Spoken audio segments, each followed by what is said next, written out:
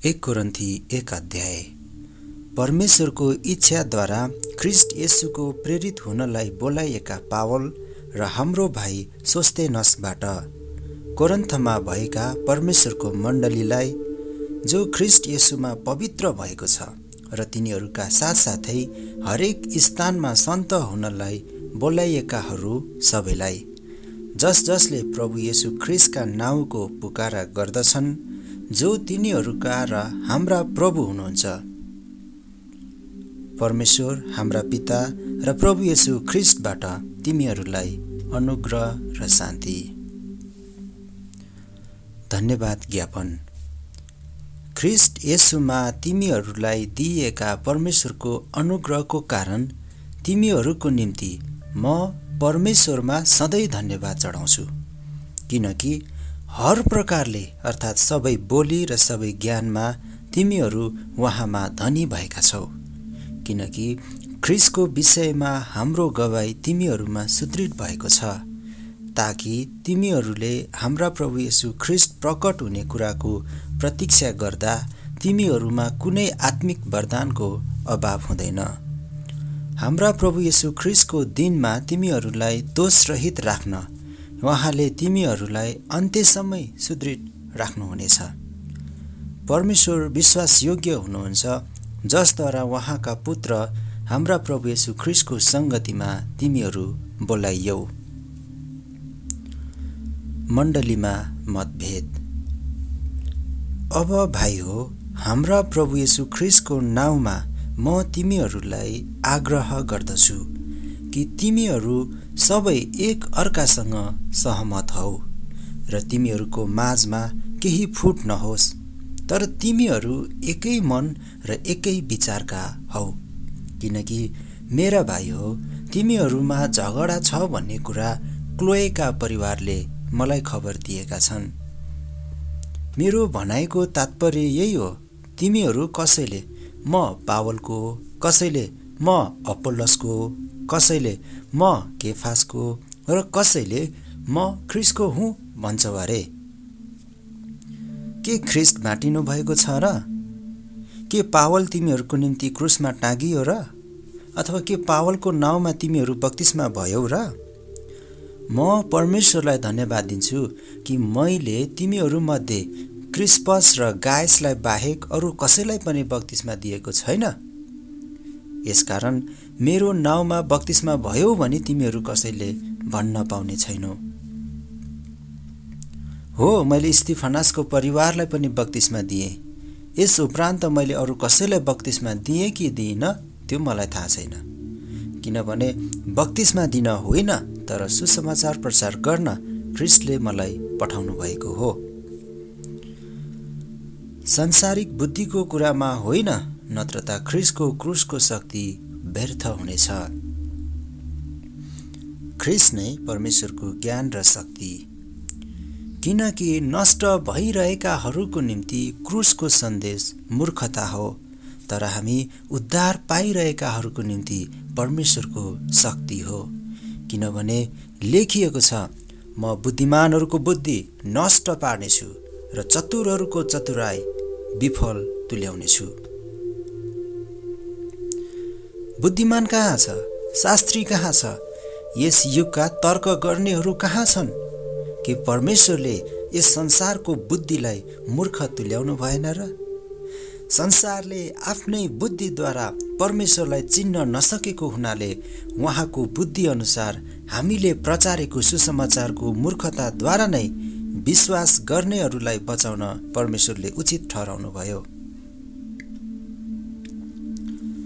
किनकि यहुदीहरू चिन्न माग्छन् र ग्रीकहरू बुद्धिको खोजमा छन्, तर हामी चाहिँ क्रुसमा टाँगिनु भएका ख्रीष्टलाई प्रचार गर्दछौँ, जो यहुदीहरूको निम्ति बाधा र अन्य जातिहरूको निम्ति मूर्खता हो, तर ती बोलावट भएकाहरूको निम्ति, चाहे यहुदीहरू हौन् वा ग्रीकहरू हौन्, ख्रीष्ट नै परमेश्वरको शक्ति र बुद्धि हुनुहुन्छ। किनभने परमेश्वरको मूर्खता मानिसहरूको बुद्धिभन्दा श्रेष्ठ छ र परमेश्वरको दुर्बलता मानिसहरूको बलभन्दा शक्तिशाली छ। किनकि भाइ हो, जब तिमीहरू बोलाइएका थियौ तिमीहरू कस्ता थियौ सो विचार गर। संसारिक स्तर अनुसार तिमीहरूमध्ये धेरैजना बुद्धिमान, धेरैजना शक्तिशाली र धेरैजना खानदानी थिएनौ। तर बुद्धिमानहरूलाई शर्ममा पार्न परमेश्वरले संसारका मूर्ख कुराहरूलाई छान्नुभयो र शक्तिशालीलाई शर्ममा पार्नलाई परमेश्वरले संसारका निर्बल कुराहरूलाई छान्नुभयो। परमेश्वरले संसारका नीच र तुच्छ ठहरिएका कुराहरूलाई चुन्नुभयो, यहाँसम्म कि नगण्य कुराहरूलाई पनि चुन्नुभयो। यस हेतुले कि जुन कुरा छन् ती व्यर्थ ठहरिउन्, यसैले कुनै प्राणीले परमेश्वरको सामुन्ने अहंकार नगरोस्। परमेश्वर नै ख्रीष्ट येशूमा तिमीहरूका जीवनको स्रोत हुनुहुन्छ।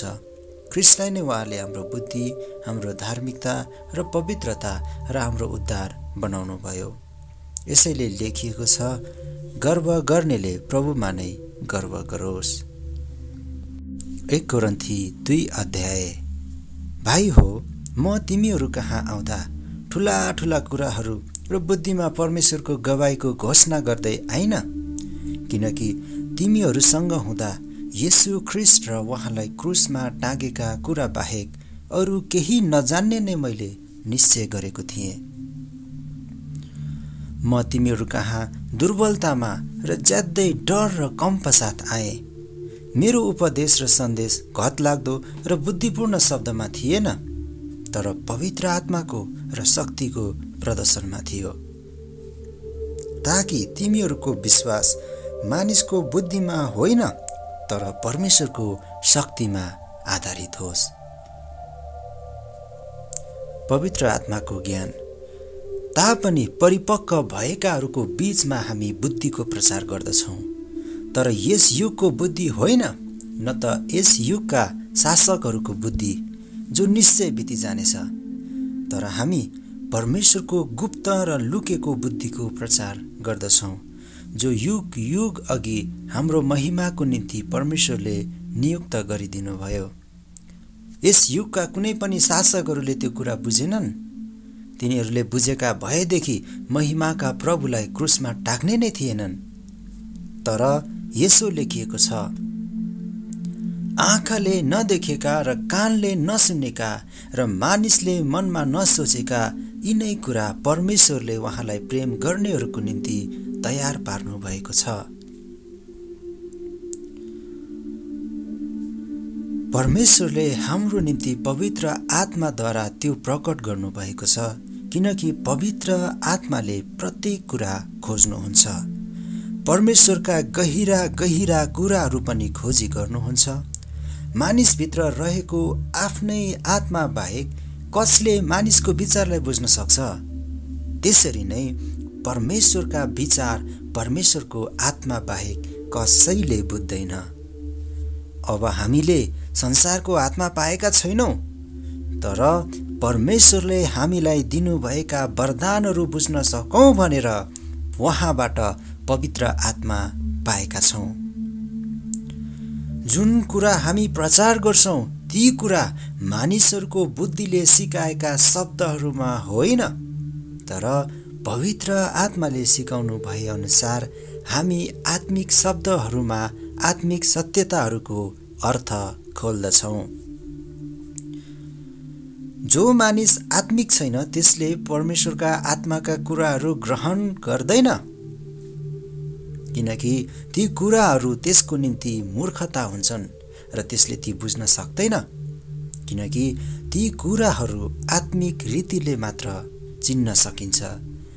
आत्मिक मानिसले सबै कुराको जाँच गर्दछ, तर ऊ चाहिँ कुनै मानिसद्वारा जाँचिने छैन, किनकि कसले प्रभुको मनलाई जानेको छ र कसले उहाँलाई सिकाउन सक्छ। तर हामीसँग त ख्रीष्टको मन छ। 1 कोरिन्थी 3 अध्याय। मण्डलीमा विभाजन। भाइ हो, तिमीहरूसँग बोल्दा आत्मिक जनहरूसँग बोले जस्तै म बोल्न सकिन, तर संसारिक मानिस ख्रीष्टमा दुधे बालकसँग बोले जस्तै म बोल्न सके। मैले तिमीहरूलाई दूध खुवाएँ, खटिलो पदार्थ होइन, किनकि तिमीहरू त्यसको निम्ति तयार थिएनौ अनि अझ पनि छैनौ। तिमीहरू अझै संसारिक नै छौ, किनकि जब तिमीहरूको बीचमा डाह र कलह छ त के तिमीहरू संसारिक चालमा चल्ने साधारण मानिस जस्ता भएनौ र? किनकि एउटाले पावलको र अर्कोले म चाहिँ अपोल्लोसको भन्छ भने संसारिक मानिस जस्ता भएनौ र? अपोल्लोस के हो? पावल के हो? प्रभुले हरेकलाई खटाउनु भए अनुसार सेवकहरू मात्र हुन्, जसद्वारा तिमीहरूले विश्वास गर्यौ। मैले रोपेँ, अपोल्लोसले पानी हाले, तर परमेश्वरले नै बढाउनु भयो। यसकारण रोप्ने केही होइन, न पानी हाल्ने केही हो, तर परमेश्वर मात्र जसले वृद्धि दिनुहुन्छ। रोप्ने र पानी हाल्ने एकै समान हुन्। हरेकले आफ्ना आफ्नै मेहनत अनुसार आफ्नो ज्याला पाउनेछ, किनकि हामी परमेश्वरका सहकर्मी हौ। तिमीहरू चाहिँ परमेश्वरका खेत हौ, परमेश्वरका भवन हौ। मलाई दिइएको परमेश्वरको अनुग्रह अनुसार घर बनाउने निपुण कारिगरले जस्तै मैले जग बसालेँ र अर्काले त्यसमाथि घर बनाउँदै जान्छ। त्यसमाथि बनाउँदै जाने हरेक मानिसले कसरी बनाउँदैछ सो ध्यान दियोस्, किनकि जुन जग बसालिसकिएको छ, जो येशू ख्रीष्ट हुनुहुन्छ, त्यसबाहेक कुनै मानिसले अर्को जग बसाल्न सक्दैन। अब यदि कुनै मानिसले यस जगमाथि सुन, चाँदी, बहुमूल्य पत्थर, काठ, घाँस वा पराल प्रयोग गरेर घर बनायो भने प्रत्येक मानिसको काम प्रकट हुनेछ, किनकि न्यायको दिनले त्यो खुलस्त गरिदिनेछ। त्यो आगोद्वारा प्रकट हुनेछ र हरेकले कस्तो काम गरेको छ सो आगोले जाँच गर्नेछ। यदि कुनै मानिसले त्यस जगमाथि बनाएको काम रहिरह्यो भने उसले इनाम पाउनेछ।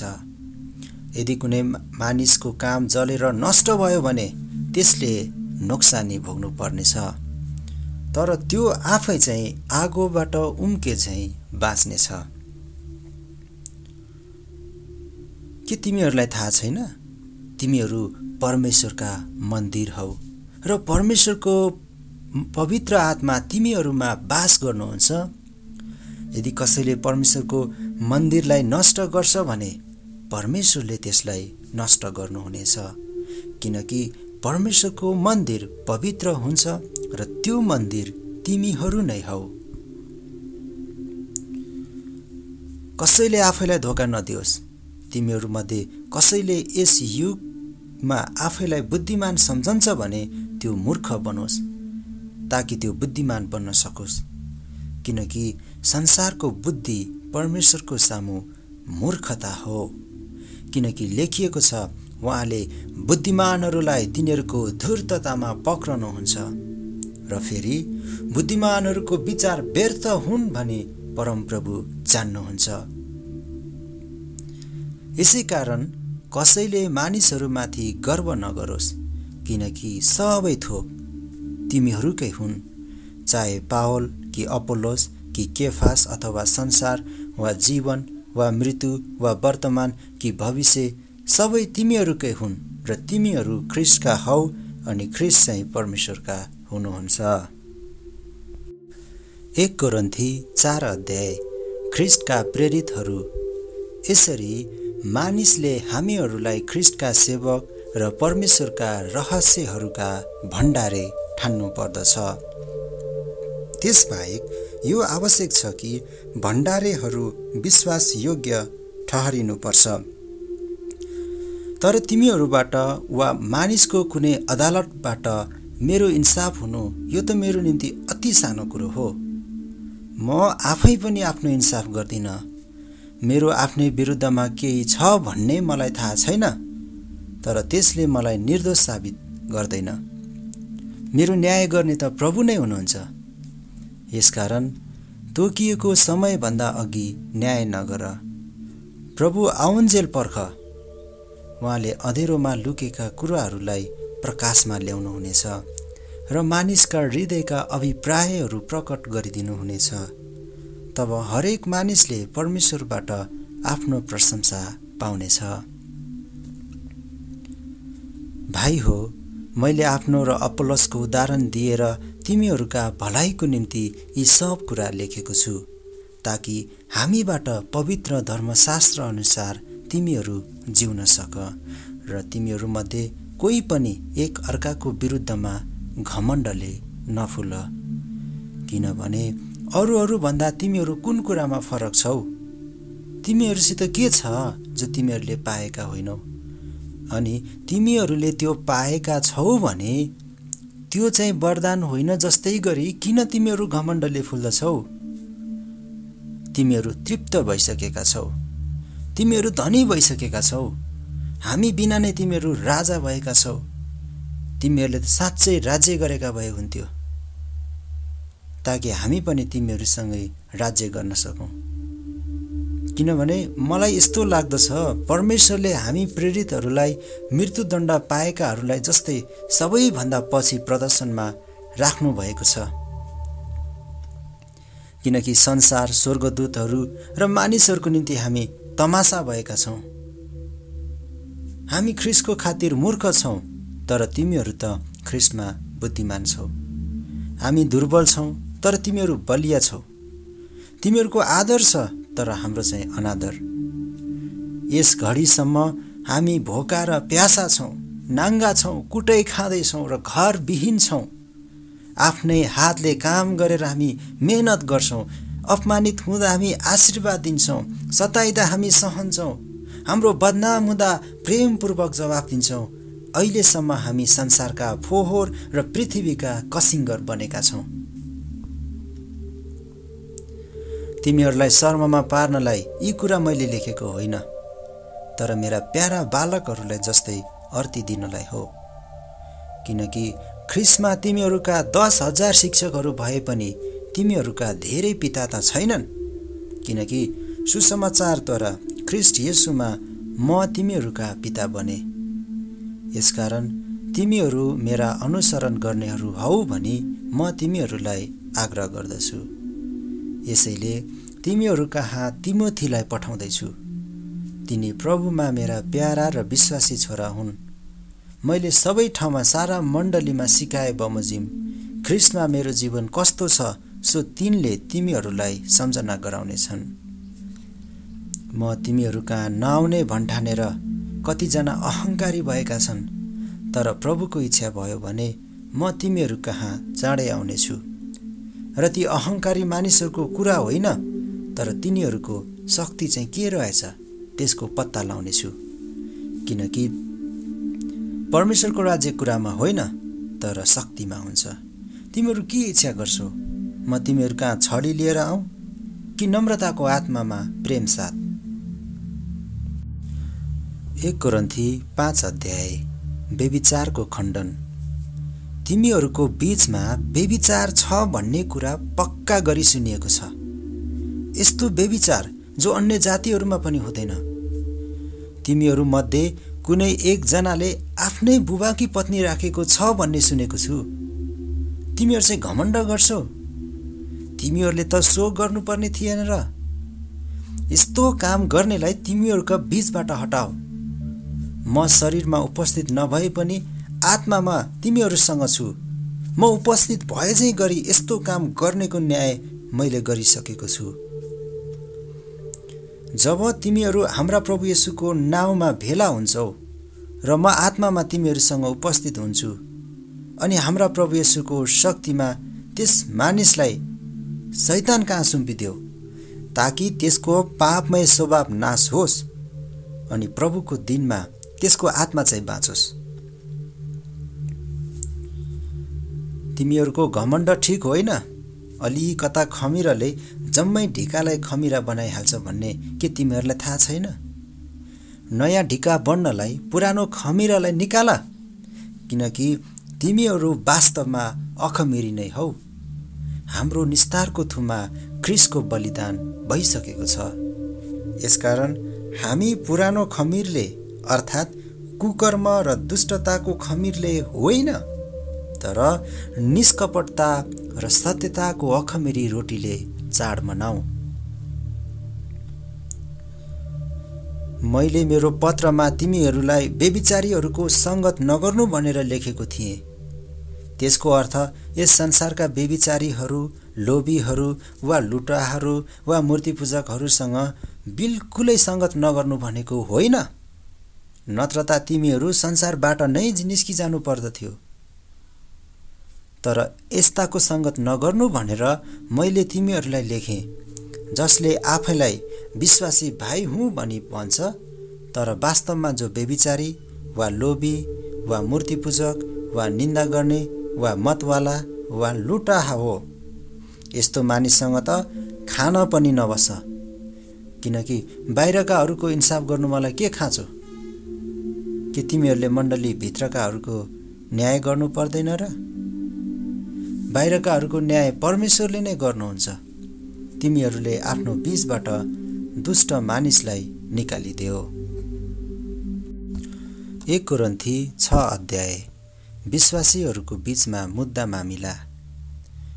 तिमीहरू मध्ये एकजनाको अर्को भाइसँग झगडा भएको छ भने न्यायको निम्ति सन्तहरू कहाँ नगएर अधर्मी कहाँ जाने के त्यसले आँट गर्छ? सन्तहरूले संसारको न्याय गर्छन् भन्ने कुरा के तिमीहरूलाई थाहा छैन?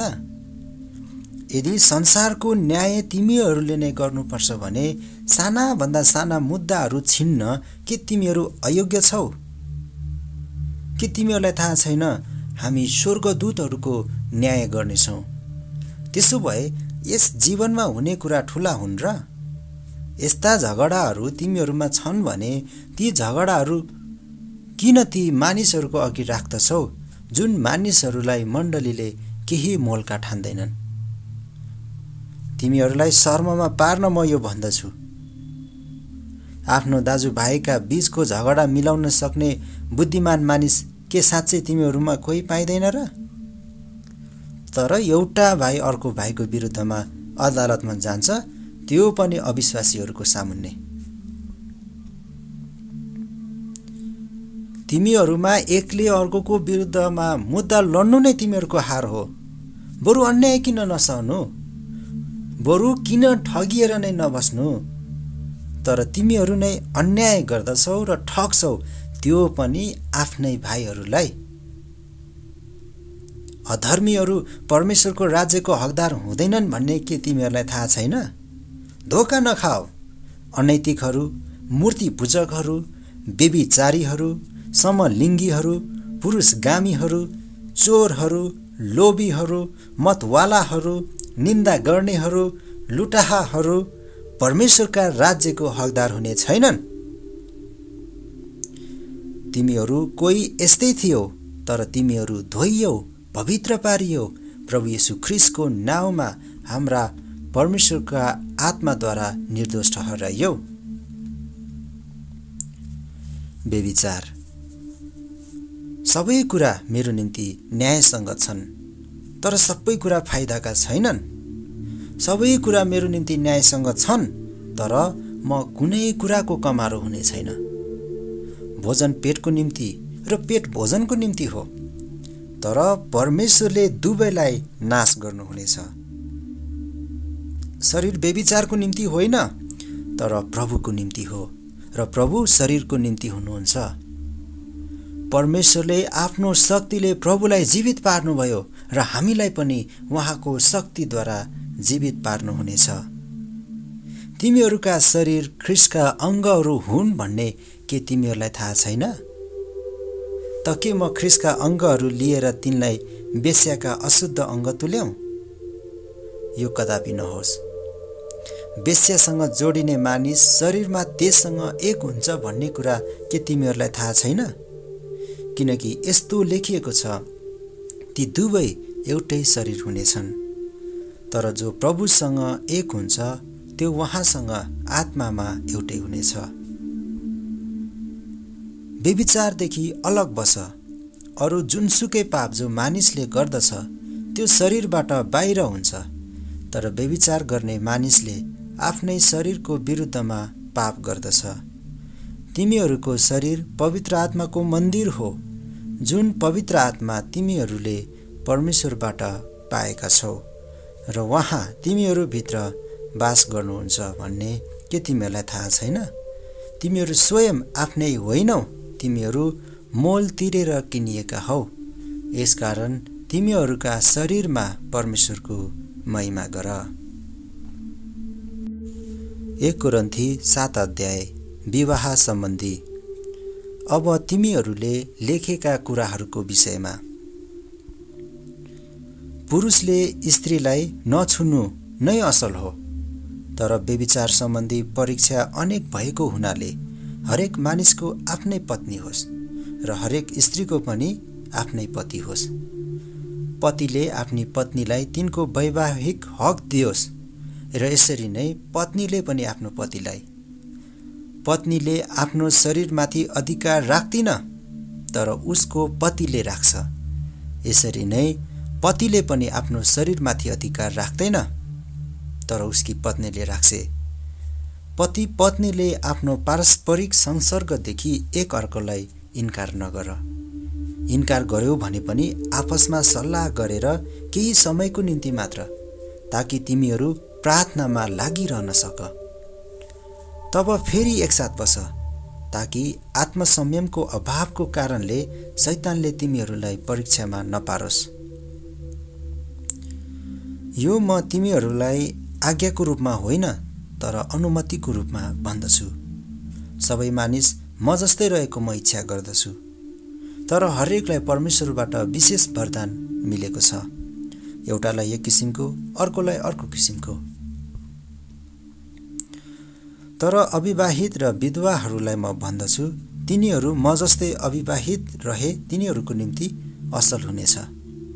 तर तिनीहरूले आफूलाई बसमा राख्न सक्दैनन् भने तिनीहरूले विवाह गरून्, किनभने काम वासनामा जल्नुभन्दा विवाह गर्नु असल हो। अब विवाहितहरूलाई म कडा आज्ञा दिन्छु, मेरो आज्ञा होइन, तर प्रभुको आज्ञा हो। पत्नी पतिबाट नछुटोस्, तर छुट्टिएर बसिहाले तापनि त्यसले विवाह नगरोस्, बरु आफ्नो पतिसँग मिलाप गरोस्। पतिले आफ्नी पत्नीलाई नत्यागोस्। तर तिमी अरूहरूलाई म भन्दछु, यो मेरो भनाइ हो, प्रभुको होइन। यदि कुनै भाइकी ख्रीष्टमा विश्वास नगर्ने पत्नी छ र तिनी उसँग बस्न चाहन्छन् भने उसले त्यसलाई नत्यागोस्।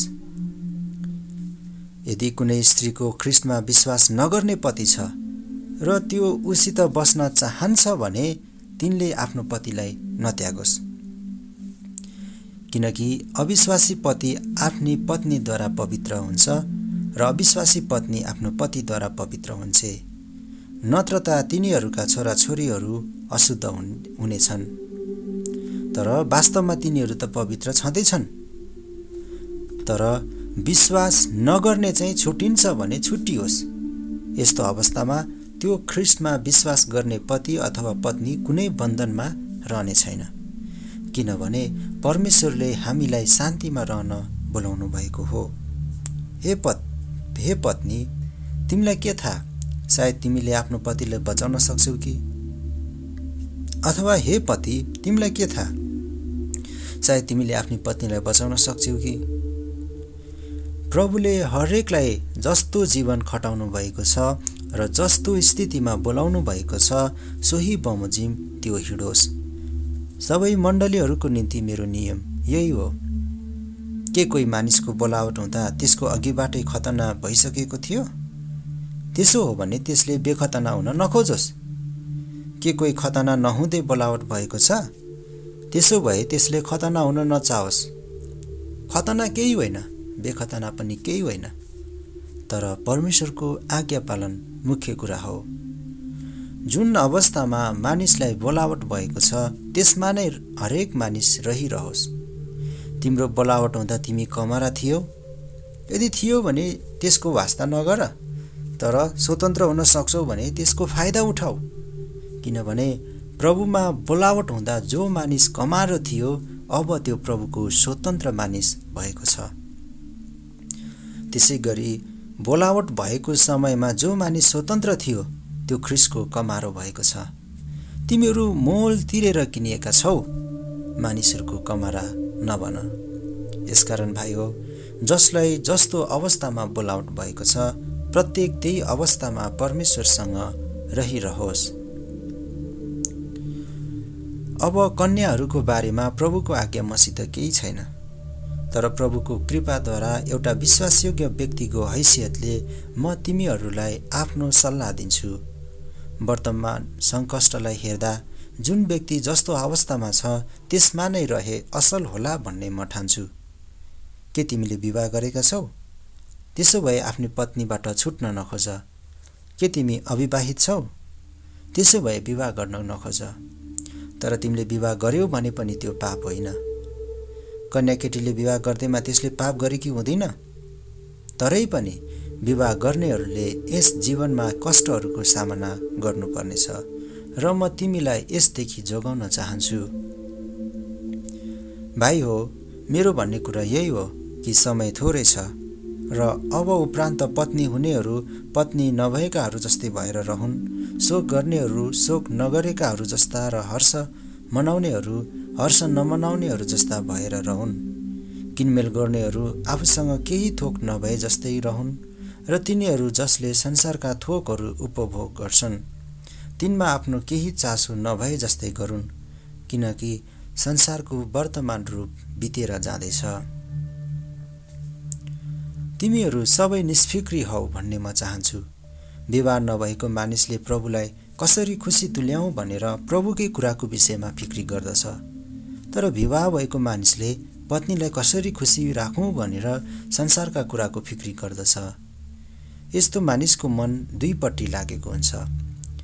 विवाह नभएकी स्त्रीले शरीर र आत्मा दुवैमा कसरी पवित्र रहौँ भनेर प्रभुकै कुराको विषयमा फिक्री गर्दछे, तर विवाह भएकीले चाहिँ कसरी आफ्नो पतिलाई खुसी राखौँ भनी संसारका कुराको फिक्री गर्दछे। यो कुरा तिमीहरूमाथि प्रतिबन्ध लाउनलाई होइन, तर तिमीहरूका भलाइको लागि नै भनिरहेछु, यस हेतुले कि तिमीहरू एक चित्तका भई प्रभुप्रति भक्ति साथ ठिक किसिमको जीवनयापन गर्न सक। यदि कुनै मानिसले आफूसँग मगनी भइसकेकी कन्यासँग अनुचित व्यवहार गरेको ठान्छ र यदि त्यस कन्याको उमेर पनि ढल्कँदै गएको छ भने उसले विवाह गर्न चाहे विवाह गर्न सक्छ। यसमा पाप छैन। तिनीहरूको विवाह हुनैपर्छ। तर जुन मानिसले आफ्नो मन पक्का गरिसकेको छ, जो कुनै करकापमा परेको छैन तर आफ्नो इच्छालाई बसमा राख्न सक्छ र जसले कन्यालाई विवाह नगर्ने निर्णय गरिसकेको छ भने यस्तो मानिसले पनि ठिकै गर्दछ। यसरी जसले कन्यालाई विवाह गर्छ उसले ठिकै गर्छ, तर जसले विवाह गर्दैन उसले अझ असल गर्छ। पति बाँचुन्जेल पतिकै बन्धनमा पत्नी रहन्छे, तर पतिको मृत्यु भएपछि त्यसले इच्छा गरेको व्यक्तिसँग त्यो विवाह गर्न स्वतन्त्र हुन्छे, तर ऊ चाहिँ प्रभुकै जन हुनुपर्छ। तर त्यो त्यसै बस्छ भने झन् सुखी हुन्छे। यो मेरो विचार हो अनि म सम्झन्छु कि ममा पनि परमेश्वरको आत्मा हुनुहुन्छ। 1 कोरिन्थी 8 अध्याय मूर्तिलाई चढाएको खानेकुरा। अब मूर्तिहरूलाई चढाएको खानेकुरा बारेमा हामी जान्दछौँ कि हामी सबैसित ज्ञान छ। ज्ञानले घमण्ड ल्याउँछ, तर प्रेमले उन्नति गराउँछ। यदि कसैले केही जान्दछु भनी ठान्छ भने उसले जति जान्नुपर्ने हो त्यति जानेको हुँदैन। तर कसैले परमेश्वरलाई प्रेम गर्दछ भने त्यसलाई परमेश्वरले चिन्नुहुन्छ। यसकारण मूर्तिहरूलाई चढाएका खानेकुरा खाने विषयमा चाहिँ हामी जान्दछौँ कि मूर्तिको कुनै अस्तित्व नै छैन र एक परमेश्वर बाहेक अरू छैन। आकाशमा वा पृथ्वीमा नाम मात्रका देवदेवताहरू छन् होला। साँच्चै यस्ता धेरै देवदेवताहरू र प्रभुहरू छन्, तर हाम्रो निम्ति त एउटै परमेश्वर पिता हुनुहुन्छ, जसबाट सबै थोक हुन आए अनि उहाँकै निम्ति हामी जिउँदछौँ। हाम्रो निम्ति एउटै प्रभु येशू ख्रीष्ट हुनुहुन्छ, जसद्वारा सबै कुरा हुन आए र जसद्वारा हामी जिउँदछौँ। तापनि सबै मानिसमा त यो ज्ञान हुँदैन, तर कति मानिसहरूलाई मूर्ति पूजाको यति बानी बसेको हुन्छ कि तिनीहरूले यस्तो भोजन खाँदा साँच्चै मूर्तिलाई चढाएको भन्ठान्छन् र तिनीहरूको विवेक दुर्बल भएकोले अशुद्ध बन्छ। तर खानेकुराले हामीलाई परमेश्वरको दृष्टिमा बढी ग्रहणयोग्य बनाउँदैन। नखाँदैमा कुनै हानि छैन र खाँदैमा कुनै लाभ छैन। तर होशियार हौ, तिमीहरूको यो स्वतन्त्रता दुर्बलहरूको निम्ति ठोक्करको कारण नबनोस्। किनभने यदि कुनै दुर्बल विवेक भएको मानिसले तिमी ज्ञान भएको मानिसलाई मूर्तिको मन्दिरमा खान बसेको देख्यो भने मूर्तिलाई चढाएको खानेकुरा खाने त्यसले साहस नगर्ला र? अनि तिम्रो ज्ञानले गर्दा त्यो दुर्बल भाइ नष्ट हुन्छ जसको निम्ति ख्रीष्ट मर्नुभयो। अब यसरी आफ्ना भाइहरूको विरुद्धमा पाप गर्दा र तिनीहरूको दुर्बल विवेकलाई चोट लाउँदा तिमीहरू ख्रीष्टको विरुद्धमा पाप गर्दछौ। यसकारण खानेकुराले मेरो भाइलाई बाधा पार्छ भने म आफ्नो भाइलाई बाधा नपार्नलाई कहिल्यै मासु खाने छैन। 1 कोरिन्थी 9 अध्याय प्रेरितको अधिकार। के म स्वतन्त्र छैन? के म प्रेरित होइन? के मैले येशू हाम्रा प्रभुलाई देखेको छैन? के प्रभुमा तिमीहरू मेरो कामको प्रतिफल होइनौ र? म अरूहरूको निम्ति प्रेरित नभए तापनि कमसेकम तिमीहरूको निम्ति त हुँ। किनभने प्रभुमा मेरो प्रेरितको कामको छाप तिमीहरू नै हौ। मेरो विरुद्धमा बोल्नेहरूलाई मेरो यही जवाब छ, के हामीलाई खाने पिउने अधिकार छैन? के अरू प्रेरितहरू जस्तै प्रभुका भाइहरू र केफासलाई जस्तै हामीलाई पनि पत्नी लिएर हिँड्ने अधिकार छैन र? अथवा के बर्नबास र मलाई मात्र काम नगरिकन नै जीविका चलाउने अधिकार छैन? आफ्नै खर्चमा कसले सिपाहीको काम गर्छ र? दाखबारी लगाएर कसले त्यसको फल खाँदैन? अथवा भेडा बाख्राको बथान पालेर कसले त्यसको दूध पिउँदैन? के मानिसको दृष्टिकोणबाट मात्र म यो भन्दैछु र? अथवा के व्यवस्थाले पनि यही कुरा भन्दैन? किनभने मूसाको व्यवस्थामा लेखिएको छ, दाइ गर्दा गोरुलाई मोहलो नलगाओ। के गोरुहरूको विषयमा परमेश्वर चिन्तित हुनुहुन्छ? कि उहाँले हाम्रो खातिर नै यो भन्नुभएको होइन र? हाम्रो खातिर नै यो लेखिएको हो, किनकि जोत्ने र दाइ गर्नेले अन्नको केही हिस्सा पाउने आशामा नै जोत्छ र दाइ गर्छ। यदि हामीहरूले तिमीहरूको माझमा आत्मिकी बिउ रोपेका छौँ भने र तिमीहरूको भौतिक सम्पत्तिको कटनी गर्यौं भने के यो अति भयो र? यदि अरूहरूले तिमीहरूमाथि यस मुनासिब हकको दाबी गर्छन् भने के हाम्रो अझ बढी हक छैन? तापनि हामीले त यस हकको प्रयोग गरेका छैनौं, तर ख्रीष्टको सुसमाचारमा बाधा नपारौं भनेर बरु हामी सबै कुरा सहन्छौं। के तिमीहरूलाई थाहा छैन कि मन्दिरमा सेवा गर्नेहरूले मन्दिरका थोकहरूबाट खान्छन् र वेदीका सेवा गर्नेहरूले बलिबाट हिस्सा लिन्छन्?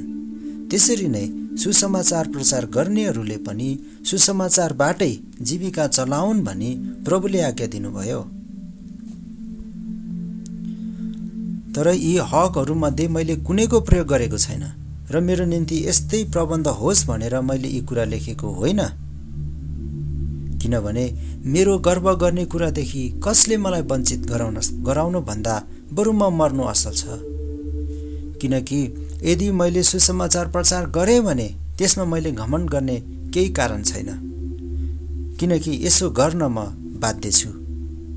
यदि सुसमाचार प्रचार गरिन भने मलाई धिक्कार छ, किनकि यदि आफ्नो इच्छाले म यो काम गर्दछु भने मलाई इनाम छ, तर मैले आफ्नै इच्छाले यो गरेको होइन भने पनि मलाई एउटा भण्डारेको जिम्मा सुम्पिदिएको छ। तब मेरो इनाम के हो?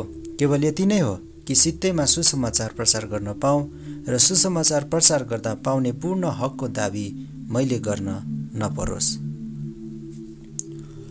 किनभने म मानिसहरूबाट स्वतन्त्र भए तापनि अझ धेरैलाई जित्नु सकूँ भनेर मैले आफैलाई सबैको दास तुल्याएँ। यहुदीहरूलाई जितौँ भनेर यहुदीहरूको निम्ति म यहुदी जस्तै बने। व्यवस्थाको अधीनमा रहनेहरूलाई जितौँ भनेर म आफै व्यवस्थाको अधीनमा नभए तापनि व्यवस्थाको अधीनमा भएकाहरूको निम्ति व्यवस्थाकै अधीनमा रहे जस्तै भएँ। व्यवस्थाको बाहिर उनीहरूलाई जित्न सकौँ भनेर म आफै परमेश्वरको व्यवस्थाबाट बाहिर नभई तर ख्रीष्टको व्यवस्थाको अधीनमा रही व्यवस्थाको बाहिर हुनेहरू चाहिँ बने। दुर्बलहरूलाई जितौँ भनेर दुर्बलहरूको निम्ति म दुर्बल बने। सब प्रकारका उपायले कसै न कसैलाई बचाउन सकौँ भनेर सबैको निम्ति म सब थोक बने। सुसमाचारका आशिषहरूको सहभागी हुन सकौँ भनेर सुसमाचारकै खातिर म यी सब थोक गर्दछु। के तिमीहरूलाई थाहा छैन? दौडमा दगुर्नेहरू सबै दगुर्छन्, तर इनाम चाहिँ एउटैले मात्र पाउँछ। तिमीहरू इनाम प्राप्त गर्ने किसिमले दौड। खेलमा भाग लिने खेलाडी सबै थोकमा आत्मसंयमी हुनुपर्छ। तिनीहरू नष्ट भएर जाने मुकुट पाउनलाई यसो गर्दछन्, तर हामी चाहिँ अविनाशी मुकुट पाउनलाई यसो गर्दछौँ। यसकारण लक्ष्य नराखी म दगुर्दिन, हावामा मुक्का हान्नेले जस्तै म मुक्का हान्दिन, तर म आफ्नो शरीरलाई कठोरता साथ सघाउँछु र यसलाई बसमा राख्दछु। नत्रता अरूहरूलाई प्रचार गरेपछि म आफै चाहिँ अयोग्य ठहरिनेछु। 1 कोरिन्थी 10 अध्याय इजरायलको इतिहासबाट चेतावनी। भाइ हो, तिमीहरूले यो कुरा जान भनी म चाहन्छु कि हाम्रा पुर्खाहरू सब बादल मुनि थिए र सबै समुद्रको बीचबाट भएर गए। अनि मोसामा तिनीहरू सबैले बादल र समुद्रमा बप्तिस्मा पाएका थिए। सबैले एउटै आत्मिकी भोजन खाए, सबैले आत्मिकी पानी पिए, किनकि तिनीहरूका साथसाथै हिँड्ने आत्मिक चट्टानको पानी तिनीहरूले पिए र त्यो चट्टान चाहिँ ख्रीष्ट नै हुनुहुन्थ्यो। तापनि तिनीहरूमध्ये धेरै जसोसँग परमेश्वर प्रसन्न हुनु भएन र तिनीहरू मरुभूमिमा नष्ट भए। उनीहरूले जस्तै हामीले खराबीको इच्छा नगरौँ भनी यी कुरा हाम्रो चेतावनीको लागि हुन्। तिनीहरूमध्ये कति चाहिँ तिमीहरू मूर्तिपूजक नहौ, जस्तो लेखिएको छ, मानिसहरू खान र पिउनलाई बसे अनि नाच्नलाई उठे। हामी व्यभिचारमा फस्नु हुँदैन, जसरी तिनीहरूमध्ये कतिजना फसे र एकै दिनमा 23,000 मरेका थिए। हामीले प्रभुको परीक्षा गर्नु हुँदैन, जसरी तिनीहरूमध्ये कतिले गरे र सर्पहरूद्वारा नष्ट भएका थिए। हामीले गनगन गर्नु हुँदैन, जसरी तिनीहरूमध्ये कतिले गरे र विनाशकबाट नष्ट भएका थिए। यी कुराहरू तिनीहरूलाई उदाहरणको रूपमा भएथे र हाम्रै शिक्षाको निम्ति लेखिएका हुन्, जसमाथि युग युगको अन्त्य आइसकेको छ। यसकारण जसले खडा छु भनी सोचेको छ त्यो होशियार रहोस्, नत्रता त्यो लड्नेछ। मानिसलाई आइपर्ने परीक्षा बाहेक तिमीहरू अरू परीक्षामा परेका छैनौ, तर परमेश्वर विश्वासयोग्य हुनुहुन्छ, जसले तिमीहरूलाई तिमीहरूका शक्तिदेखि बाहिरका परीक्षामा पर्न दिनुहुने छैन, तर तिमीहरूले सहन सकुन् भनेर परीक्षाको साथसाथै उम्कने बाटो पनि दिनुहुन्छ। यसरी तिमीहरू त्यसलाई खप्न सक्नेछौ। मूर्ति पूजाको भोज र प्रभु भोज। यसकारण मेरा प्रिय हो, मूर्ति पूजाबाट अलग बस। समझदार मानिसहरूलाई जस्तै गरी म भन्दैछु, मैले भनेको कुरा तिमीहरू आफै विचार गर। आशिषका त्यो कचौरा जुनको निम्ति हामी आशिष माग्छौं, के त्यो ख्रीष्टको रगतमा हुने सहभागिता होइन र? त्यो रोटी जुन हामी भाँच्छौं, के त्यो ख्रीष्टको शरीरमा हुने सहभागिता होइन? किनभने रोटी एउटै हो, हामी धेरै भए तापनि एउटै शरीर हौं, किनकि हामी सबै एउटै रोटीबाट खान्छौं। इजरायल जातिलाई हेर, बलिदानको वस्तु खानेहरू के वेदीका सहभागी भएनन् र? म के भन्न लागिरहेछु त? के मूर्तिलाई चढाएको थोक केही हो र? अथवा मूर्ति नै केही चिज हो र? त्यसो होइन, तर म यही भन्न लागिरहेछु कि मूर्ति पूजकहरूले जो बलि चढाउँछन् त्यो परमेश्वरलाई होइन, तर भूत प्रेतलाई चढाउँछन्, र तिमीहरू भूत प्रेतसँग सहभागी हौ भन्ने म चाहन्न। तिमीहरू प्रभुको कचौरा र भूत प्रेतको कचौरा दुवैबाट पिउन सक्दैनौ। तिमीहरू प्रभुको टेबल र भूतप्रेतको टेबल दुवैबाट खान सक्दैनौ। के हामीले प्रभुलाई डाही तुल्याउने? के हामी उहाँभन्दा शक्तिशाली छौँ? विश्वासीहरूको स्वतन्त्रता। सबै कुरा न्यायसँग छन्, तर सबै कुरा फाइदाका छैनन्। सबै कुरा न्यायसँग छन्, तर सबै कुराले सुधार गर्दैनन्। कसैले पनि आफ्नो भलाइ नखोजोस्, तर आफ्नो छिमेकीको भलाइ खोजोस्। मासु पसलहरूमा के बेचिन्छ? विवेकको खातिर केही सोधपुछ नगरी त्यो खाओ, किनभने पृथ्वी र त्यसमा भएका यावत थोकहरू सबै परमप्रभुकै हुन्। कुनै एक अविश्वासीले तिमीहरूलाई भोजमा निम्तो दिँदा तिमीलाई जाने इच्छा भयो भने तिम्रो अगाडि जे राखिदिएको हुन्छ विवेकको खातिर केही सोधपुछ नगरी खाओ। तर कोही मानिसले तिमीलाई यो त बलिमा चढाएको हो भन्यो भने बताइदिनेको खातिर र विवेकको खातिर त्यो नखाओ। तिम्रो होइन, तर त्यसको विवेकको खातिर। मेरो स्वतन्त्रताको न्याय अर्काको विवेकले किन हुने र? यदि धन्यवाद दिएर म खाँदैछु भने धन्यवाद दिएर खाएको भोजको निम्ति किन मेरो निन्दा हुने? यसकारण चाहे तिमीहरू खाओ अथवा पियो वा तिमीहरू जेसुकै गर, सबै परमेश्वरका महिमाको निम्ति गर।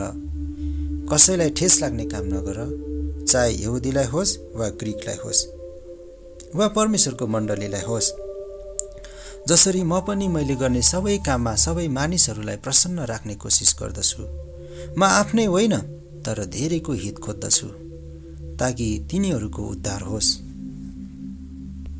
1 कोरिन्थी 11 अध्याय। स्त्रीले केश ढाक्ने कुरा। मेरो अनुसरण गर्ने हौ जसरी म ख्रीष्टको अनुसरण गर्दछु। म तिमीहरूको तारिफ गर्दछु, किनकि सबै विषयमा तिमीहरू मलाई सम्झन्छौ र मैले तिमीहरूलाई दिएका शिक्षाहरू कायम राख्दछौ। तर तिमीहरूले यो बुझ भन्ने म चाहन्छु कि हरेक मानिसको शिर ख्रीष्ट हुनुहुन्छ। स्त्रीको शिर तिनको पति हो अनि ख्रीष्टको शिर परमेश्वर हुनुहुन्छ।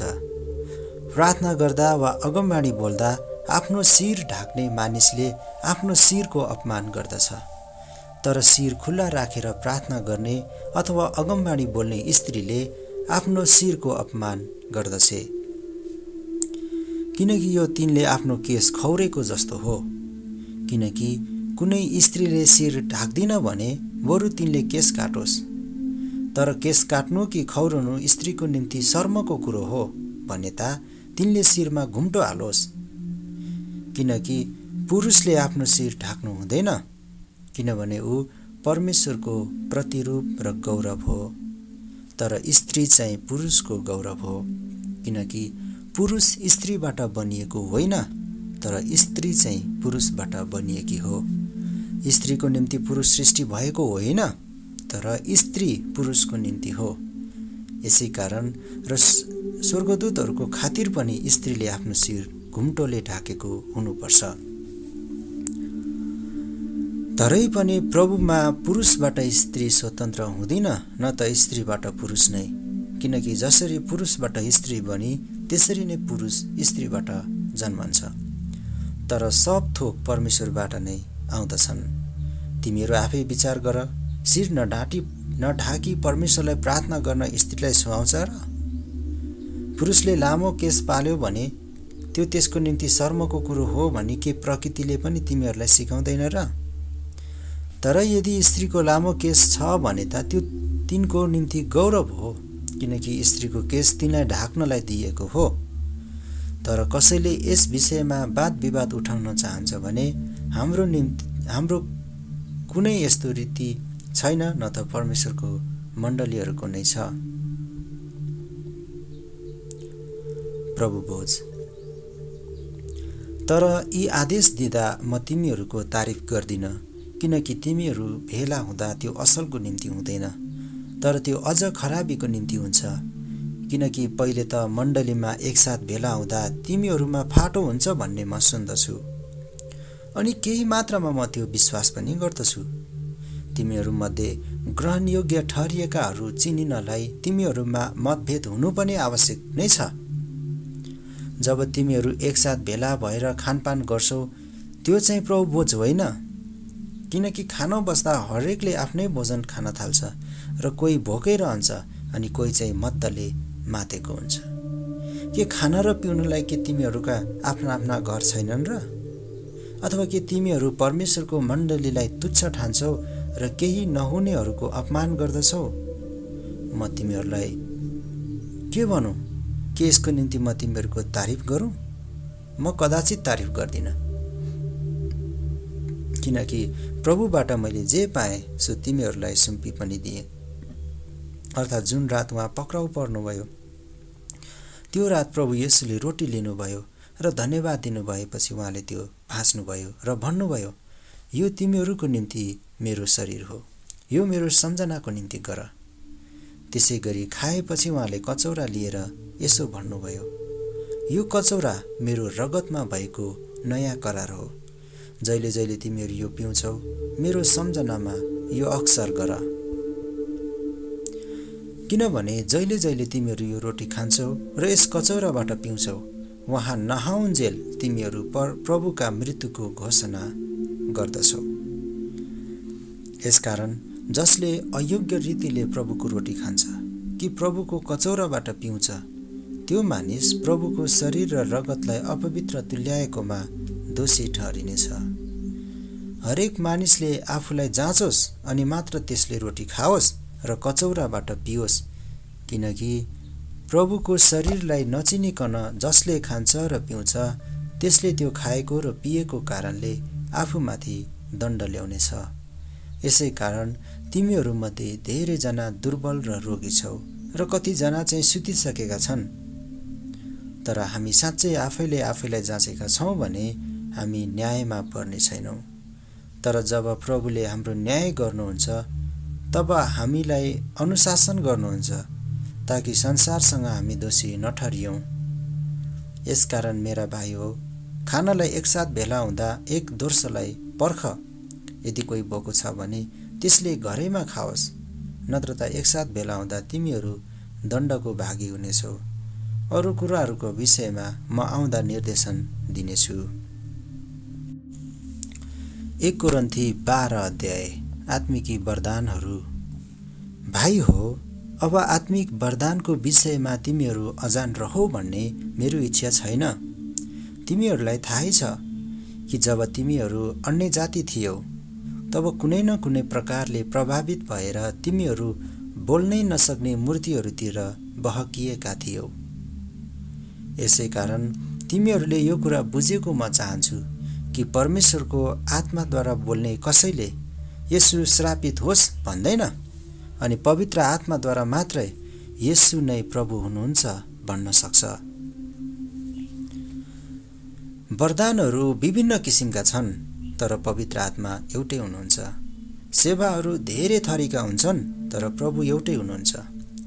कामहरू धेरै किसिमका छन् तर उनै परमेश्वरले हरेकलाई ती काम गर्ने प्रेरणा दिनुहुन्छ। सबैको हितको लागि नै पवित्र आत्माको काम प्रकट हुन हरेकलाई दिइएको छ। कसैलाई पवित्र आत्माद्वारा बुद्धिको कुरा बोल्ने, कसैलाई उनै पवित्र आत्मा अनुसार ज्ञानको कुरा बोल्ने, कसैलाई उनै पवित्र आत्माद्वारा विश्वास गर्ने, कसैलाई उनै एक पवित्र आत्माद्वारा रोग निको पार्ने वरदानहरू दिइएका छन्। कसैलाई आश्चर्य कामहरू गर्ने, कसैलाई अगमवाणी बोल्ने, कसैलाई आत्माहरू छुट्याउन सक्ने, कसैलाई भिन्न भिन्न किसिमका भाषाहरू बोल्ने, कसैलाई चाहिँ ती भाषाहरूको अर्थ खोलिदिने। तर यी सबै उनै एक पवित्र आत्माका कामहरू हुन्। उहाँले हरेकलाई उहाँको इच्छा अनुसार वरदान दिनुहुन्छ। एउटै शरीर धेरै अङ्गहरू। किनकि जस्तो शरीर एक छ र त्यसका धेरै अङ्गहरू हुन्छन् र शरीरका सम्पूर्ण अङ्गहरू धेरै भए तापनि शरीर चाहिँ एउटै हुन्छ। ख्रीष्ट पनि त्यस्तै हुनुहुन्छ। किनकि एउटै पवित्र आत्माद्वारा हामी सबैले एउटै शरीरमा बप्तिस्मा पाएका छौँ। यहुदी वा ग्रीक, कमारो वा फुका, हामी सबैलाई एउटै पवित्र आत्माबाट पिउन दिइयो। किनकि शरीर एउटै अङ्गबाट मात्र होइन तर धेरै अङ्गहरूबाट बनिएको हुन्छ। यदि खुट्टाले म हात होइन यसैले म शरीरको अङ्ग होइन भन्यो भने के त्यो शरीरको अङ्ग हुँदैन र कानले म आँखा होइन यसैले म शरीरको अङ्ग होइन भन्यो भने त्यो शरीरको अङ्ग हुँदैन र? यदि जम्मै शरीर आँखा हुँदो हुने हो त सुन्ने कहाँबाट? यदि जम्मै शरीर कान हुँदो हो त सुन्ने कहाँबाट? तर परमेश्वरले आफ्नो इच्छा बमोजिम शरीरमा हरेक अङ्ग मिलाएर राखिदिनु भएको छ। यदि ती जम्मै एउटै अङ्ग हुँदा हुन् त शरीर कहाँ हुने? तर अङ्गहरू धेरै छन् तापनि शरीर चाहिँ एउटै। आँखाले हातलाई मलाई तेरो दरकार छैन भन्न सक्दैन र शिरले पनि खुट्टालाई मलाई तिमीहरूको दरकार छैन भन्न सक्दैन। बरु शरीरका अझ दुर्बल देखिने अङ्गहरू नै नभई नहुने हुन्छन्। शरीरका ती अङ्गहरू जुनहरूलाई हामी कम महत्त्वका ठान्छौँ तिनलाई हामी बढ्ता आदर दिन्छौँ। प्रत्यक्ष रूपले देखाउन नसकिने अङ्गहरूलाई हामी बढी भद्रता साथ राख्छौँ। प्रत्यक्ष देखाउन सकिने हाम्रा अङ्गहरूलाई त्यस्तो हिफाजत चाहिँदैन।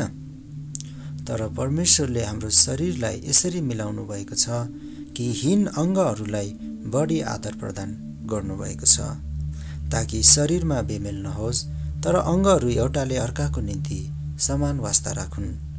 यदि एउटा अङ्गलाई कष्ट भयो भने सबै अङ्गहरूले सँगै कष्ट भोग्छन्। यदि एउटा अङ्गको आदर भयो भने सबै अङ्गहरूले सँगै आनन्द मनाउँछन्। तिमीहरू ख्रीष्टका शरीर हौ र हरेक त्यसका अङ्गहरू हौ। परमेश्वरले मण्डलीमा पहिलो प्रेरितहरू, दोस्रो अगमवक्ताहरू, तेस्रो शिक्षकहरू, तब आश्चर्य काम गर्नेहरू र निको पार्ने वरदान पाएकाहरू, सहायता गर्नेहरू, प्रशासन गर्नेहरू, विभिन्न भाषा बोल्नेहरू नियुक्त गर्नुभएको छ। के सबै प्रेरितहरू हुन्? के सबै अगमवक्ता हुन्? के सबै शिक्षक हुन्? के सबै आश्चर्य कर्म गर्नेहरू हुन्? के सबैसँग निको पार्ने वरदानहरू हुन्छन्? कि सबैले विभिन्न भाषा बोल्दछन्? कि सबैले अर्थ खोल्न सक्छन् र? तर अझ उच्च वरदानहरूको उत्कट इच्छा गर अनि म तिमीहरूलाई झन उत्तम मार्ग बताउँछु। 1 कोरिन्थी 13 अध्याय। प्रेम। मैले मानिसहरू र स्वर्गदूतहरूको भाषामा बोले तापनि ममा प्रेम छैन भने म हल्ला मचाउने घण्टा र झ्याइ झ्याइ गर्ने झ्याली मात्र हुन्छु।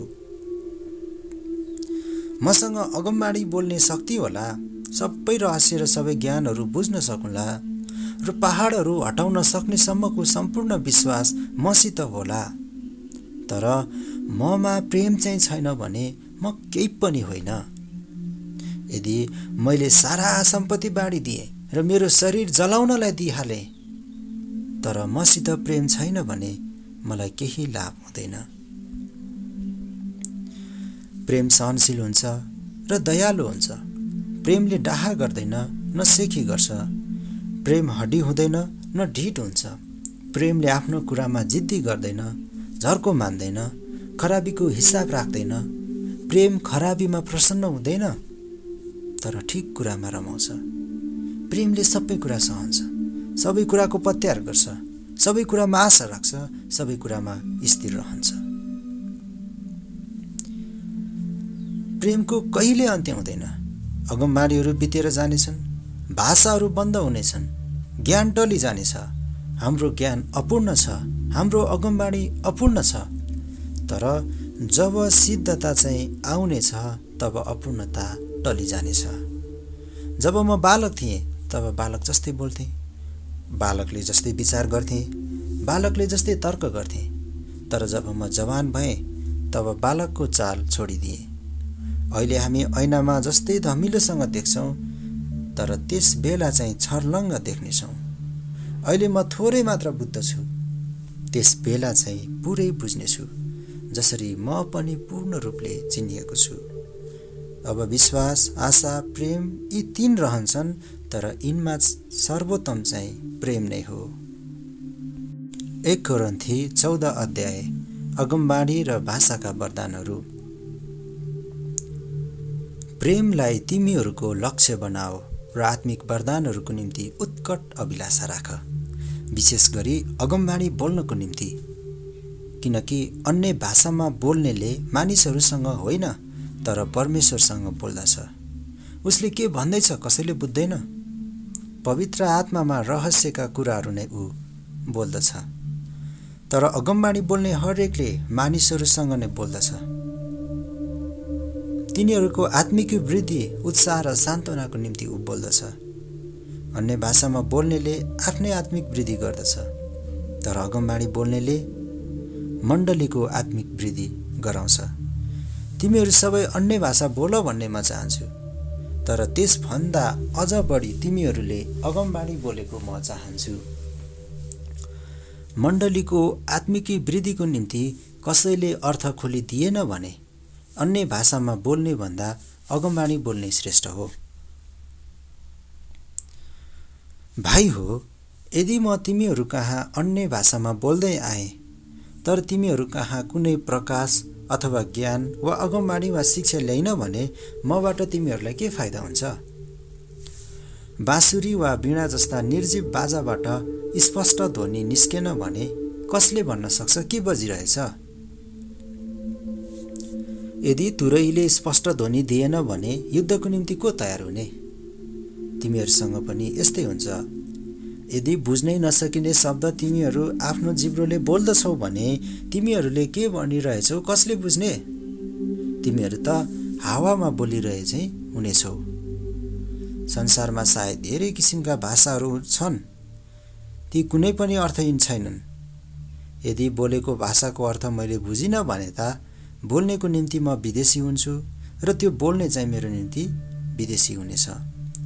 यसरी नै तिमीहरू पनि पवित्र आत्माको वरदानहरूको निम्ति उत्सुक भएको हुनाले मण्डलीका निर्माणको काममा श्रेष्ठता हासिल गर्ने प्रयत्न गर। यसकारण अन्य भाषामा बोल्नेले त्यसको अर्थ खोल्ने शक्तिको निम्ति प्रार्थना गरोस्, किनभने मैले अन्य भाषामा प्रार्थना गर्दा मेरो आत्माले प्रार्थना गर्दछ तर मेरो दिमाग चाहिँ निष्फल हुन्छ। अब मैले के गर्ने त? म आत्माले प्रार्थना गर्नेछु र दिमागले पनि प्रार्थना गर्नेछु। आत्माले स्तुति गर्नेछु र म दिमागले पनि स्तुति गर्नेछु। नत्र त तिमीले आत्मामा परमेश्वरको प्रशंसा गर्दा बुझ्न नसकिने बाहिरको मानिसले तिम्रो धन्यवादको प्रार्थनापछि आमेन कसरी भन्ने? जबकि तिमीले के भनेको सो उसले बुझ्दैन। तिमी त राम्ररी धन्यवाद दिन्छौ होला, तर त्यसले त्यो अर्को मानिसको केही आत्मिक वृद्धि गर्दैन। म परमेश्वरलाई धन्यवाद चढाउँछु किनकि तिमीहरू सबैभन्दा बढी म अन्य भाषामा बोल्दछु। तापनि मण्डलीमा अन्य भाषामा 10,000 शब्द बोल्नुभन्दा त बरु आफ्नै दिमागले 5वटा शब्द अरूहरूलाई शिक्षा दिने हेतुले म बोल्न चाहन्छु। भाइ हो, सोच विचारमा बालक नहौ, खराबीको निम्ति बालक बन, तर सोच विचारमा परिपक्व बन। व्यवस्थामा लेखिएको छ, अनौठो भाषा बोल्ने मानिसहरूबाट र विदेशीका ओठबाट यी मानिसहरूसँग म बोल्नेछु र पनि तिनीहरूले मेरो कुरा सुन्ने छैनन्, परमप्रभु भन्नुहुन्छ। यसकारण अन्य भाषाहरू विश्वासीहरूको निम्ति होइन तर अविश्वासीहरूको निम्ति चिन्ह हो, तर अगमवाणी चाहिँ अविश्वासीहरूको निम्ति होइन तर विश्वासीहरूको निम्ति हो।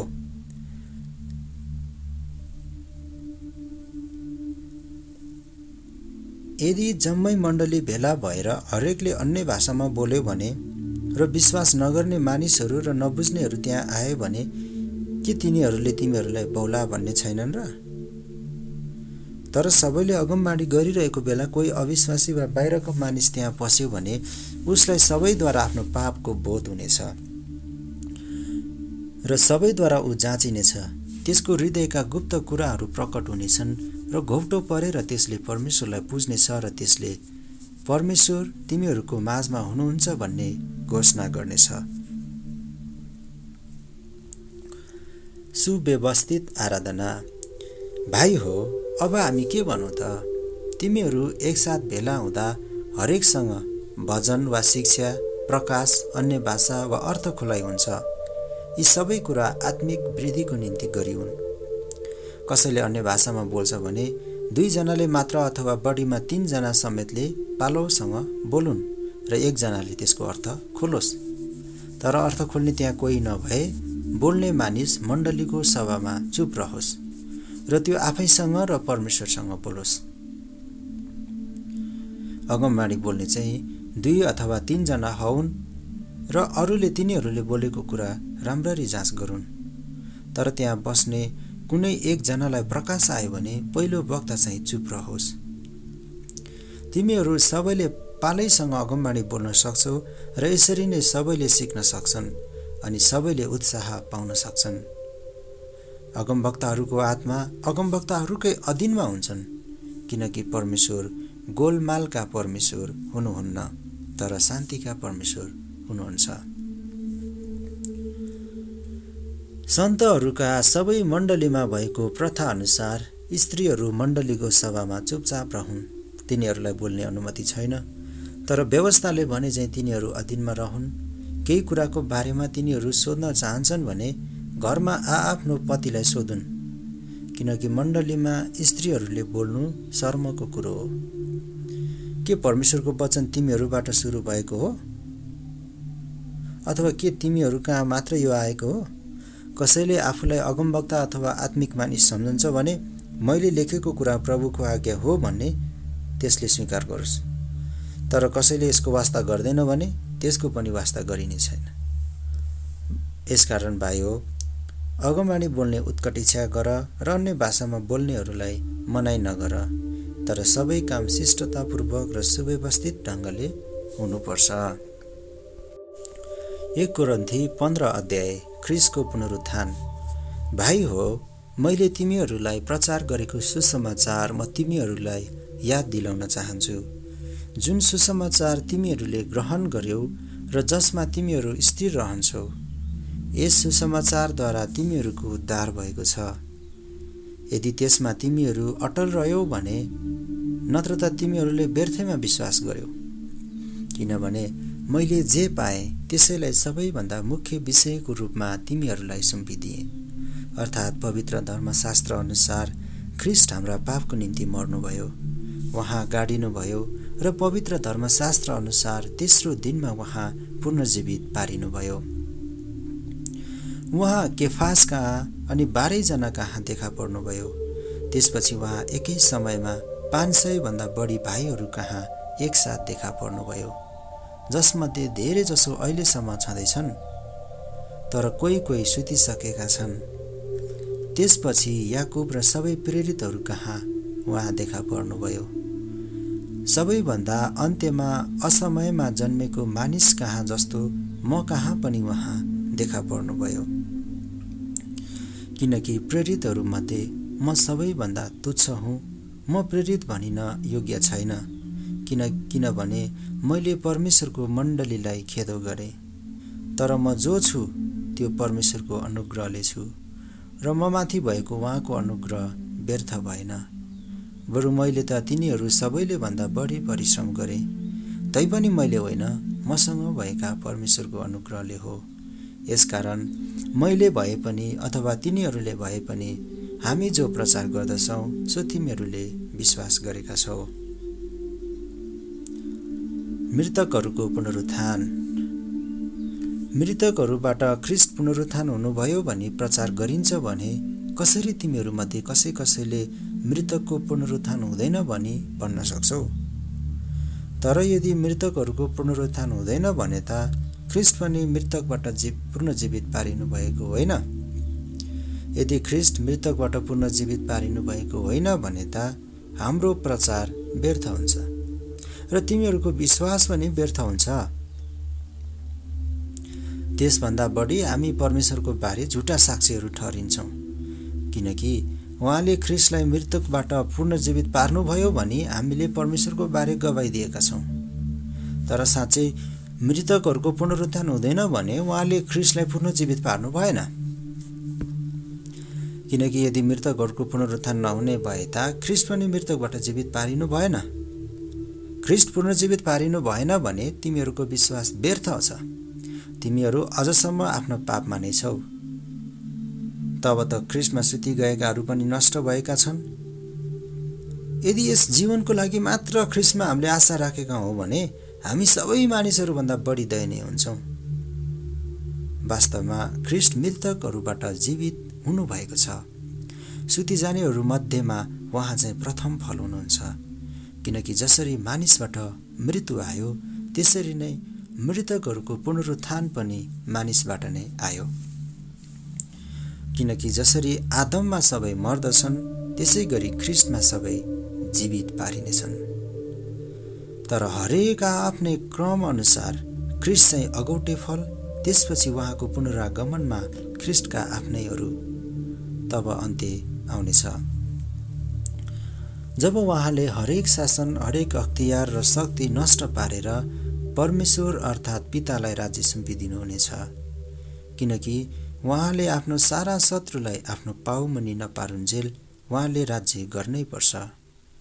सबैभन्दा पछि नष्ट पारिने शत्रु मृत्यु हो, किनभने परमेश्वरले सबै कुरा उहाँको पाउमुनि अधीनमा राख्नु भएको छ। तर यो स्पष्ट छ कि सबै कुरा उहाँको अधीनमा राखिएको छ भन्नाले परमेश्वर आफै त्यस अधीनतामुनि हुनुहुन्न, जसले सबै कुरा ख्रीष्टको अधीनमा राखिदिनु भएको हो।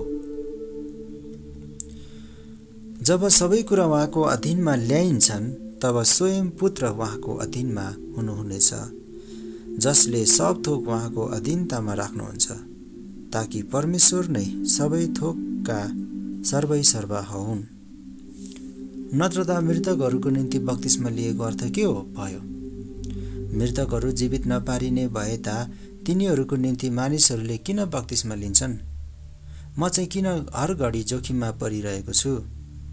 भाइ हो, हाम्रा प्रभु येशूमा तिमीहरूको कारण म गर्व गर्दछु र म भन्न सक्दछु कि प्रतिदिन म मर्दछु।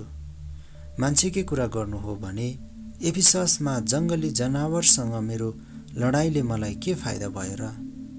मृतकहरू जीवित नहुने भए ता हामी खाऊँ र पिऊँ, किनभने भोलि त हामी मरिहाल्छौँ। भ्रममा नपर, खराब संगतले राम्रो चरित्रलाई नष्ट पार्छ। होसमा हौ, अब उपरान्त पाप नगर, किनकि कतिलाई त परमेश्वरको ज्ञानै छैन। तिमीहरूलाई लज्जित तुल्याउनलाई मैले यो भनेको हुँ। पुनरुत्थान भएको शरीर। तर कसैले सोध्ला, मृतकहरू कसरी पुनर्जीवित हुन्छन् र तिनीहरू कस्ता किसिमको शरीर लिएर आउनेछन्? ए मूर्ख, जे तिमी रोप्दछौ त्यो नमरिकन सजीव हुँदैन। जे तिमी रोप्दछौ त्यो चाहिँ पछि हुने शरीर होइन, तर बिउ मात्र रोप्दछौ, चाहे त्यो गहुँ अथवा अरू कुनै किसिमको अन्न होस्। तर आफूलाई खुसी लागे बमोजिम परमेश्वरले त्यसलाई एउटा शरीर दिनुहुन्छ र हरेक किसिमको बिउलाई त्यसको शरीर दिनुहुन्छ। सबै शरीर एकै किसिमका हुँदैनन्। मानिसको शरीर एक किसिमको र जीवजन्तुको अर्कै किसिमको, चराहरूको अर्कै किसिमको र माछाहरूको अर्कै किसिमको शरीर हुन्छ। अनि शरीर पनि स्वर्गीय र पार्थिव हुन्छन्। स्वर्गीय शरीरको तेज एक किसिमको छ र पार्थिव शरीरको तेज अर्कै किसिमको।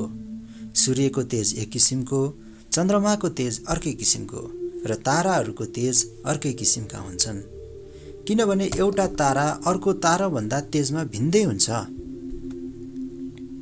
मृतकहरूको पुनरुत्थान पनि त्यस्तै हो। जुन शरीर विनाशमा गाडिन्छ त्यो अविनाशमा जीवित हुन्छ।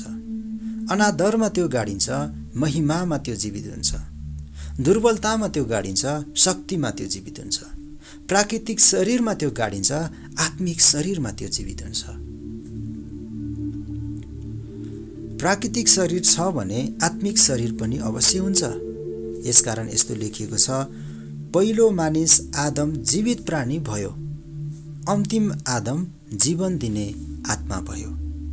पहिलो चाहिँ आत्मिक होइन तर प्राकृतिक हो र त्यसपछि चाहिँ आत्मिक हो। पहिलो मानिस माटोले बनिएको पृथ्वीबाट हो, दोस्रो मानिस स्वर्गको हो, माटोले बनिएको मानिस जस्तै थियो। माटोले बनिएकाहरू पनि त्यस्तै हुन्छन् र स्वर्गीय मानिस जस्तो छ स्वर्गकाहरू पनि त्यस्तै हुन्छन्।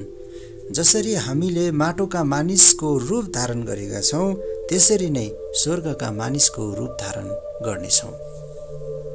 अब भाइ हो, म तिमीहरूलाई यो भन्दछु, मासु र रगत स्वर्गका राज्यको हकदार हुन सक्दैन, न त विनाश अविनाशको हकदार हुन सक्छ।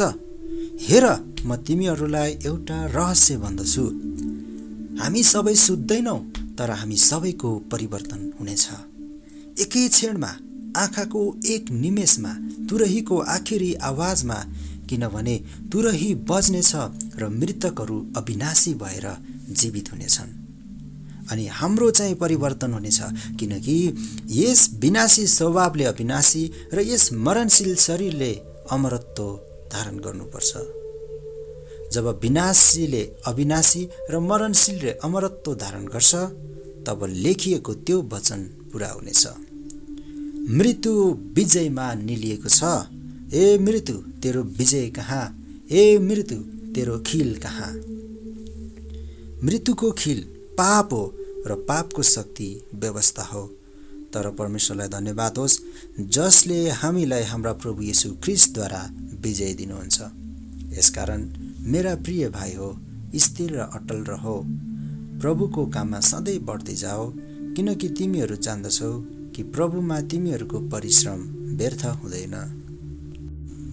1 कोरिन्थी 16 अध्याय। परमेश्वरका जनहरूको निम्ति भेटी। अब सन्तहरूको निम्ति भेटीको विषयमा गलातियाका मण्डलीहरूलाई मैले दिएको आदेशअनुसार तिमीहरूले गर्नु। प्रत्येक हप्ताको पहिलो दिन तिमीहरू हरेकले आआफ्नो कमाई अनुसार केही धन छुट्याएर जम्मा गर्दै राख्नु, ताकि म आउँदा भेटी संग्रह गर्नु नपरोस्। अनि म आएपछि तिमीहरूले चाहेका मानिसहरूलाई परिचय पत्र दिएर तिमीहरूका भेटी लिई यरुशलेम पठाउनेछु। तर म पनि जान ठिक देखियो भने तिनीहरू मसँग जानेछन्। व्यक्तिगत निवेदन। माकेडोनियाको यात्रा गरेपछि म तिमीहरूसँग भेटघाट गर्न आउनेछु, किनभने म माकेडोनिया नै भएर गइरहेछु। सायद म तिमीहरू कहाँ केही दिन बस्नेछु अथवा हिउँद पनि बिताउनेछु। त्यसपछि म जहाँ गए तापनि तिमीहरूले मेरो यात्राको बन्दोबस्त मिलाइदिन सक्नेछौ। यसपालि तिमीहरूसँग एकैछिनको मात्र भेटघाट नगरेर प्रभुको इच्छा भयो भने केही समय बिताउने आशा मैले राखेको छु। तर पेन्तिकोसको चाडसम्म म एफिससमा बस्नेछु, किनभने प्रभावशाली कामको एउटा ठुलो ढोका मेरो निम्ति खोलिएको छ अनि विरोध गर्नेहरू पनि धेरै छन्। तिमोथी, तिमीहरू कहाँ आउँदा तिनलाई तिमीहरूको साथ निष्फिक्री बस्न देऊ, किनकि तिनले पनि मैले जस्तै प्रभुको काम गरिरहेछन्।